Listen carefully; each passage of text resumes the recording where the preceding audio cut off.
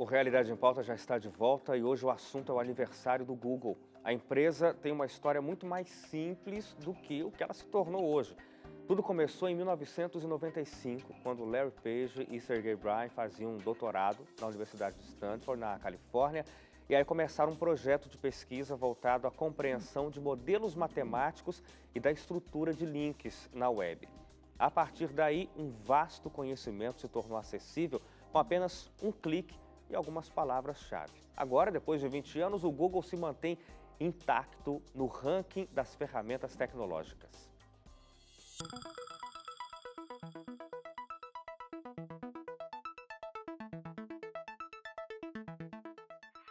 Não dá para negar que o Google é o buscador mais popular do mundo.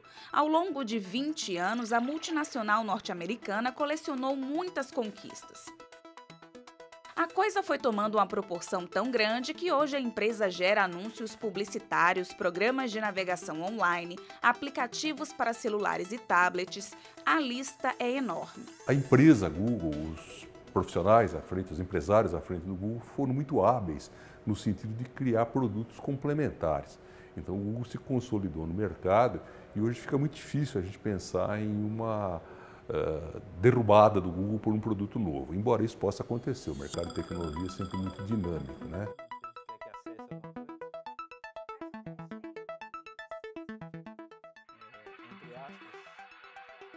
Seu Wagner atravessou gerações, pesquisou em enciclopédias, viajou com mapas, viu o nascimento dos primeiros computadores e, claro, da internet e do Google. Bem diferente, né, de hoje, né? É bem mais demorado para se conseguir as informações, mas era em busca de livros, bibliotecas, jornais, né? Jornais antigos que tinham os assuntos, né? Tinha que sair, né? Não tinha em casa. A única referência que você tinha em casa era a Enciclopédia Barça, Enciclopédia Britânica, que eram livros que eram atualizados todo ano, vinha um livro de atualização, né? Era um sonho de consumo de todo estudante a Enciclopédia Barça. Hoje é um notebook, hoje é um computador. De acordo com o raio-x de seu Wagner, até o acesso à informação e ao conhecimento ficou mais fácil com o Google. Dependia muito mais de um professor. O que a gente aprendia era na sala de aula, né? Era a matéria que ele dava e as pesquisas, biblioteca, estudar. Você não saía dali, em casa você não tinha como estudar. Com a internet facilitou, agilizou. E hoje, na era conectada, ele não fica para trás dos mais jovens, não. E na hora de manejar aqui o notebook, principalmente o buscador do Google, quem é que ensina quem aí? A gente aprendeu sozinho. Acho que eu ensino mais eles do que... Já grita, já, pai, me salva. O pai dá de 10 a 0, então. 10 a 1, vai, vamos lá, que a gente não é qualquer um também. Aprendemos bem, né? Com Arthur já foi diferente. Ele nasceu com o DNA da tecnologia. Eu já, da minha época, fui direto para o Google, internet. Lógico que até o computador mesmo foi evoluindo, né? De Windows XP, Windows 7, esses N Windows que tem. E além da criação do celular, que tablets, essas coisas, que ficou muito mais fácil o acesso, né? Mas apesar de tantas conquistas, a multinacional já teve o nome envolvido em vários escândalos de repercussão internacional.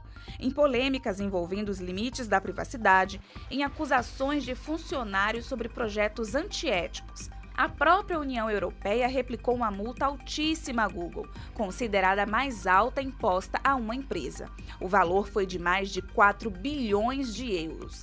A acusação foi de monopólio e concorrência desleal. E recentemente o presidente americano Donald Trump também lançou acusações sobre a empresa. Segundo o mandatário, o Google manipulou ferramentas de pesquisa.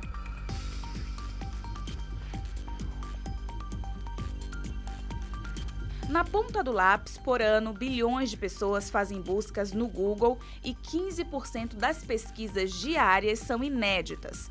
Arthur, por exemplo, não passa um dia sem o tão famoso To Google.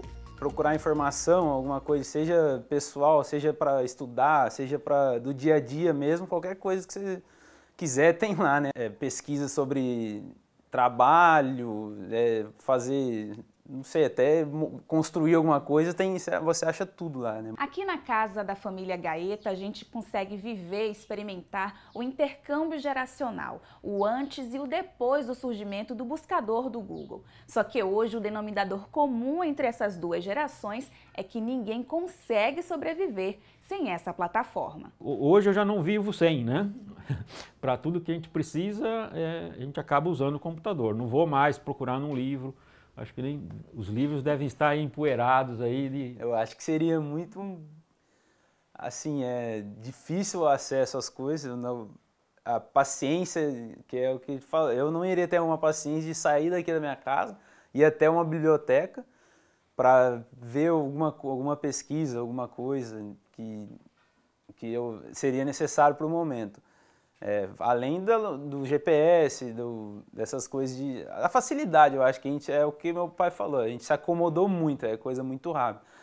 Assim, se tirasse de mim agora, eu iria passar dificuldades, com certeza, né? A sociedade sem o Google seria difícil, né? Porque nós nos envolvemos com essa ferramenta. Hoje é difícil alguém dizer assim que eu passei o dia sem googlar, né? Sem fazer uma consulta ao Google, né? Então é muito prático fazer isso, pesquisar coisas. Nós usamos isso para diversas finalidades, coisas que estão envolvidas com o nosso trabalho, nosso dia a dia, coisas que estão envolvidas com interesses particulares. Por exemplo, eu gosto de música, então eu vou procurar coisas ligadas à música, instrumentos musicais. Outros já vão fazer pesquisas diferenciadas sobre viagem, enfim. Então isso está muito incluído na nossa vida, no nosso dia a dia, não só de trabalho, mas na nossa vida social. Eu acho que seria muito difícil a gente viver sem isso hoje, né?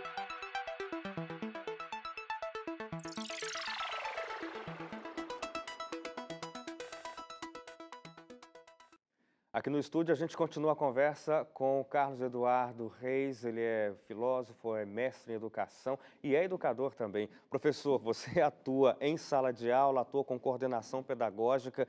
Essa reportagem, essa parte da reportagem fala sobre a democratização do acesso à informação que o Google, por exemplo, oferece. Mas a internet, o Google também oferece a possibilidade de eu mesmo inserir ali informações. Informação não significa qualidade. Exatamente, né? A reportagem mostrou esse senhor dizendo, por exemplo, que ele era da geração, não é, de uma enciclopédia como Barça, Britânica, e todas essas produções na época, ela passava por um crivo científico. Então, você tinha um conselho editorial que analisava as informações e a linguagem que essa informação era colocada dentro daquele material. A internet hoje, ela não tem esse critério. Obviamente, nós temos páginas, sites ligados às instituições científicas, a revistas científicas, que permite e que tem todo esse aparato. Mas também temos aquelas pessoas que são livres escritores, pessoas que simplesmente colocam ali um blog, que tem um espaço de divulgação de ideias que não necessariamente sejam conhecimentos, que realmente tenham um fundamento. Então, na hora de uma seleção, então, por exemplo, na hora que eu uso um recurso como o Google para fazer uma busca, e o Google ele pega então essa palavra e busca dentro dos mais diferentes sites ali sobre o assunto, eu tenho que também ter esse discernimento para saber de onde é que este site, qual é a origem desse site, onde essa informação ela está posta, para que exatamente eu não me valha daquilo como verdade. Eu já ouvi muitas vezes, professor, vou simplificar aqui a frase que eu nem vou conseguir lembrá-la corretamente, mas dizendo que, por exemplo, a preguiça é o que motiva o ser humano ao melhoramento. Então, em vez de você carregar essa pedra nas costas, você cria uma ferramenta que facilite esse trabalho. E aí a gente tem as tecnologias modernas que talvez facilitem bastante vários trabalhos. Por exemplo, memorização. Não preciso mais decorar o número de telefone, porque eu tenho os números todos salvos. Não preciso mais aprender um caminho, porque eu tenho o Google Maps que me mostra o caminho. Isso é positivo mesmo? Quer dizer, a gente fica com o cérebro livre,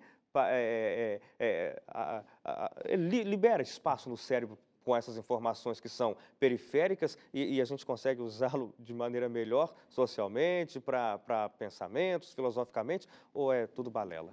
Não, eu vejo que a neurociência hoje ela tem se desenvolvido e ela tem mostrado, na verdade, que para cada tipo de informação, nós trabalhamos com partes muitas vezes diferentes do cérebro. E quando, por exemplo, eu memorizo uma informação relacionada à história ou à geografia, na verdade eu ativo parte própria da minha memória, ativo parte específica do meu cérebro, que em algum momento ela faz a chamada sinapse, no momento que eu tenha que tomar uma decisão, no momento em que eu tenha que decidir algo específico relacionado à minha vida ou a algo coletivo, isso facilita nessa agilidade. Então eu vejo que o quanto é importante nós explorarmos todas as possibilidades do nosso organismo e principalmente das nossas capacidades cognitivas, exatamente para manter o cérebro ativo, para fazer com que o nosso cérebro consiga fazer as sinapses, né, fazer essas relações, criar essas redes de conexão entre informação na medida que nós precisamos a cada momento. Professor Carlos Eduardo, eu agradeço muito pela sua colaboração com a gente. O tempo chega ao fim aqui no Realidade em Pauta, mas eu fico muito feliz de ter a sua companhia com a gente. É uma grande alegria.